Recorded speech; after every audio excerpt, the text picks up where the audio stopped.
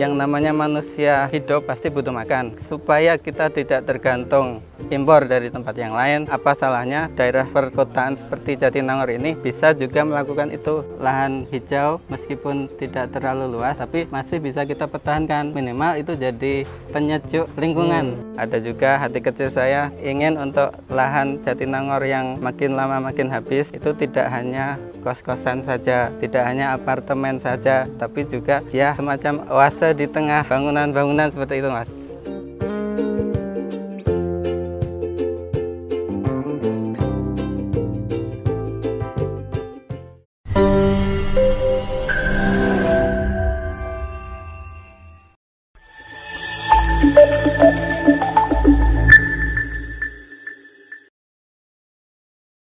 Warga Taniling, saya saat ini berada di Jatinangor, Jawa Barat.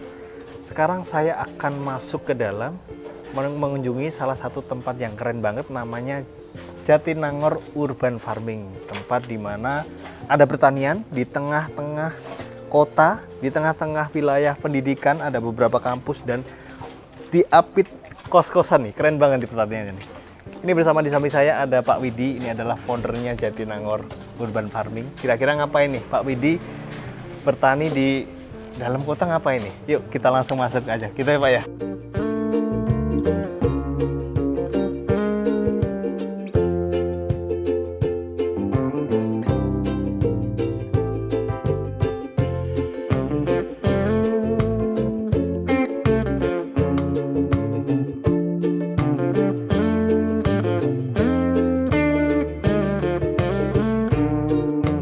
Nah, kayak ini kita harus berhenti di sini dulu, kita ngobrolin di sini dulu nih, Mbak. Sebelum kita nanti jalan-jalannya. Nah, bagi warga Taniling silahkan klik dulu tombol subscribe di bawah dan download aplikasi Taniling di Google Play Store. Nah, sebenarnya apa sih Jatinangor Urban Farming itu, Pak Widi? Ya. Jatinangor Urban Farming itu sejarah dulu ya, Mas ya. Ya, jadi boleh. Dulu itu kita mulai bikin greenhouse yang pertama itu tahun 2021. Waktu itu pertama kita bikin baru 2000 lubang, sampai sekarang kurang lebih udah 12.000. Awalnya kita punya lahan kosong. Nah, kita ingin lahan itu bisa lebih bermanfaat. Terus kita bikin hidroponik karena kita merasa bahwa di sini itu adalah kawasan perkotaan sekaligus kawasan pendidikan. Jadi pertanian yang kita lakukan juga bukan pertanian yang konvensional, artinya pertanian yang sudah ada sentuhan teknologi. Karena lahannya terbatas, Mas, lahan sempit, lahan kosong yang sayang kalau tidak dimanfaatkan. Ya, gemes gitu ya tadinya.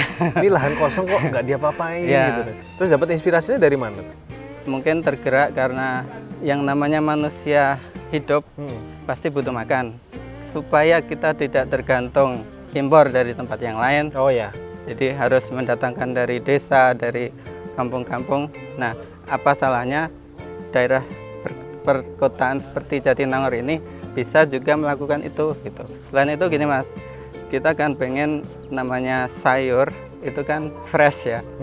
Fresh, kalau kita harus mendatangkan dari tempat yang jauh, perjalanannya udah lebih sulit ke sininya. Nanti belum macetnya. Kenapa nggak kita melakukannya sendiri, meskipun tidak banyak banget, tapi setidaknya ada contoh bahwa sayur di sini tanpa pestisida, tapi kita bisa mengonsumsi dekat gitu loh. Ya. Jadi tahu prosesnya ya. Apa yang kita makan, Betul. tahu prosesnya. Betul. Terus untuk Jatinangor Urban Farming itu memang Bapak sendiri atau gimana sih, ini ada komunitasnya atau apa nih? Tadinya memang saya hanya berpikirnya sih waktu itu ada teman satu orang, jadi kita berdua ingin lahan ini lebih bermanfaat. Karena waktu itu musim pandemi ya, keinginan orang untuk tadinya di rumah pengen keluar. Nah, waktu itu kita masih berdua, jadi saya membangun ini juga belajar sambil melakukannya, learning by doing ya. Okay. Terus akhirnya sekarang kayaknya di sana kan banyak orang tuh kayak temennya Pak Widi semua tuh. Ya. Itu apa termasuk kelompok dari Jatinangor ini? Iya, itu salah satu bentuk komunitas kita. Oh, apa jangan-jangan dulunya memang satu visi misi mungkin ya? Justru karena itu saya merasa ada temennya. Ayo kita melakukan semuanya bareng-bareng seperti itu. di tengah perkotaan itu kenapa nggak milih bikin kos-kosan atau resto atau apa gitu Pak? Di balik saya ingin dapat untung, itu sebenarnya ada juga hati kecil saya ingin untuk lahan Jatinangor yang makin lama makin habis, itu tidak hanya kos-kosan saja, tidak hanya apartemen saja, tapi juga ya semacam oase di tengah bangunan-bangunan seperti itu, Mas.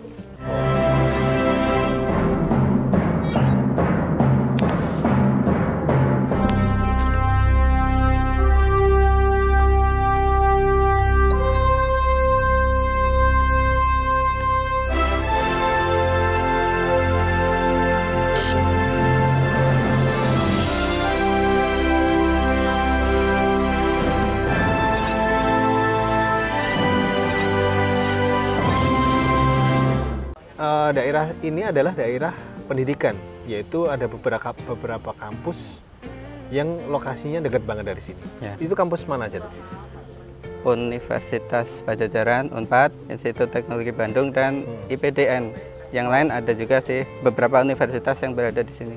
Oh banyak juga ya? Ya. Itu sering kunjungan ke sini nggak tuh mereka? Untuk Unpad itu udah jadi langganan, Mas. Jadi Fakultas Pertanian suka mengirim mahasiswa magang ke sini.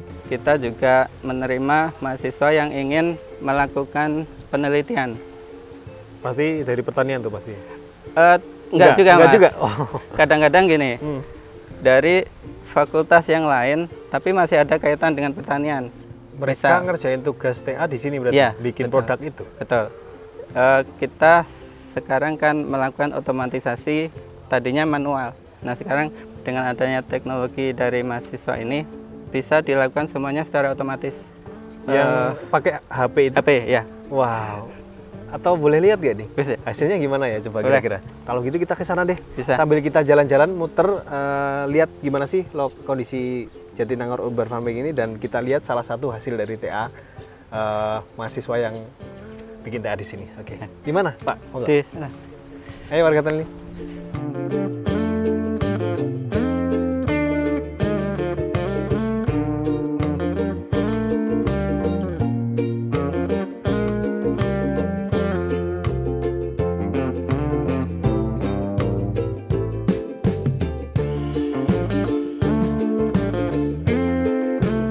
Sini nih, ini tempat untuk yang mahasiswa TA tadi bikin IoT ya, dan alatnya ada di bawah situ tuh.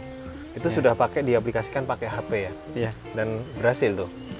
Alhamdulillah berhasil. Minimal ketika ada sentuhan teknologi, kita akan lebih berkurang capeknya gitu, Mas. Jadi tenaganya lebih irit tenaga dari awalnya kita harus menambah nutrisi sendiri, menambah air sendiri ketika air itu udah menipis. Nah sekarang kita bisa pantau pakai HP. Iya benar-benar. Gitu.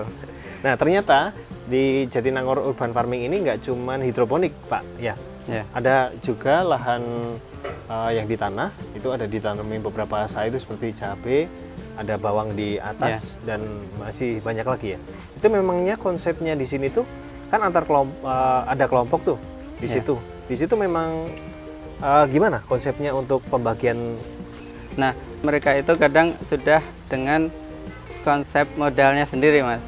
Oh, mereka bawa konsep sendiri dibawa ke sini? Ya, konsepnya secara umum akan menyesuaikan dengan kita, tapi permodalan mereka boleh ini sendiri. Oh, gitu. Jadi, akhirnya ketika dari beberapa teman itu menghasilkan, kita tetap bisa istilahnya memasarkan bersama. Tetap satu pintu pemasarannya? Satu pintu, tapi kalau ada pasar yang lain kita masih bisa. Oh bisa, silahkan jual sendiri silahkan gitu ya. Ini kayak taman bermainnya bapak-bapak nih ya. Tapi kalau bapak-bapak bermain tuh kayak udah ada profitnya, senengnya, pokoknya macam-macam beda kalau tempat mainnya anak-anak. Oke, kita boleh pindah ke sana Pak, kita sambil duduk. Bisa. Oke, boleh. Warga Taniling, kita akan bahas lebih lanjut, kita pindah ke lokasi yang sana ya.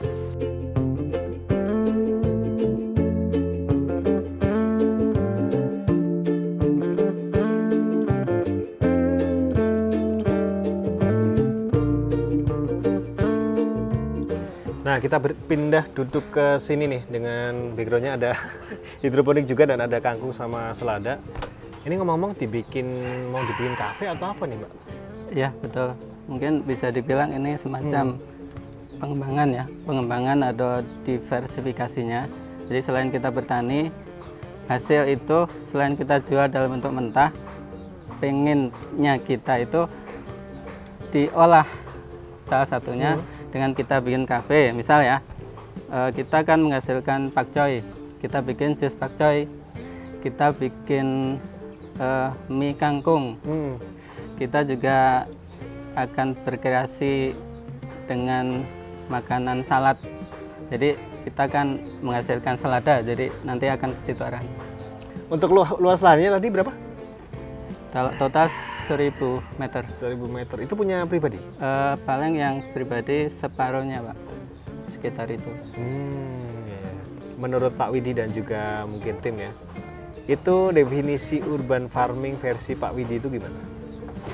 Definisi urban farming, tentunya kata urban itu akan mengacu ke perkotaan ya.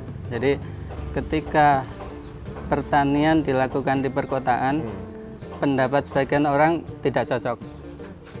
Tapi menurut kita, lahan sempit itu masih bisa produktif kalau kita mau. Jadi tergantung ke keinginan kita. Meskipun lahan kecil, tapi ketika kita melibatkan teknologi di situ, insya Allah bisa berjalan. Kita kan pakai hidroponik, jadi kita tidak harus nyangkul kotor-kotor kayak gitu kan, karena kita pakai teknologi. Tanaman tetap bisa dihasilkan, tapi kita mungkin treatmentnya berbeda, seperti itu. Selama Bapak mengurus atau mengelola Jatinangor Urban Farming ini, itu mungkin tantangannya apa, Pak? Tantangan terbesar waktu itu mungkin justru di konsep caranya, Mas. Caranya saya nggak tahu, tapi seiring waktu kita kan belajar sambil akhirnya tahu. Terpecahkan masalah ini, terpecahkan lagi masalah itu, akhirnya ya jadi seperti ini. Kita akhirnya tahu dan bisa berjalan seperti sekarang. Tetangga samping kiri kanan tuh melihatnya gimana sih kayak gini tuh? Awalnya mungkin kita dianggap tidak terlalu serius ya. Lahan yang seperti ini kenapa nggak dibuat kos-kosan saja? Udah jelas apa mahasiswa yang kos sampai di tempat-tempat lain itu udah pada penuh. Potensinya pasti udah dapet lah. Tapi mungkin kita punya keinginan lain ya. Ada hati kecil yang bicara bahwa lahan pertanian meskipun kecil, lahan hijau meskipun tidak terlalu luas, tapi masih bisa kita pertahankan. Minimal itu jadi penyejuk lingkungan. Mungkin dari sisi udara yang akan dihasilkan akan berbeda dibanding kalau ini benar-benar kawasan beton semua seperti itu. Oke, nilai-nilai yang diterapkan di Jatinangor Urban Farming itu apa aja, Pak? Nilai-nilai yang kita terapkan tentunya tidak akan jauh-jauh dari bahwa hidup itu akan berkelanjutan. Kita melakukan ini tidak semata-mata untuk bisnis, iya, tapi di luar bisnis pasti kita ingin jadi pencerah buat masyarakat sekitar, bahwa mereka yang merasa lahannya sudah sempit tapi mereka udah stuck, ini buat apa, kayak nggak berguna gitu kan. Tapi mungkin dengan adanya kita jadi contoh di sini, mereka mungkin akan tercerahkan. Oh, mungkin saya bisa juga melakukannya di rumah seperti itu. Minimal kita meskipun tidak harus terduplikasi secara sempurna ya, mereka di mana-mana ada hidroponik, tapi setidaknya generasi ke depan ini jadi tahu, oh ke depan lahan makin kecil. Nah, apa yang harus kita lakukan untuk ketahanan pangan ini tetap terjaga, insya Allah. Pernah mikir gini nggak? Kan ada isu ketahanan pangan tuh. Ya. Terus, wah aman, saya aman nih, udah bisa nanam gitu nggak? Atau gimana nih? Justru awalnya kita itu ingin sharing, Mas. Ingin sharing. Jadi ketika kita melakukan ini, pengen dicontoh orang gitu loh. Jadi kita nggak hanya berpikir kita untung sendiri, tapi ketika kita bisa dicontoh orang, justru manfaat di hati itu lebih tinggi gitu. Oke, terima kasih. Kayaknya udah cukup sih Pak Widi ya. Terima kasih Pak Widi. Dan bagi warga Taniling yang ingin berkunjung ke Jatinangor Urban Farming, nanti bisa menghubungi Pak Widi. Sekali lagi terima kasih Pak Widi. Sama-sama. Warga Taniling, apabila ada salah kami mohon maaf. Jangan lupa like, comment, dan subscribe, dan download aplikasi Taniling di Google Play Store. Salam Taniling TV, bisnis agri tak pernah mati.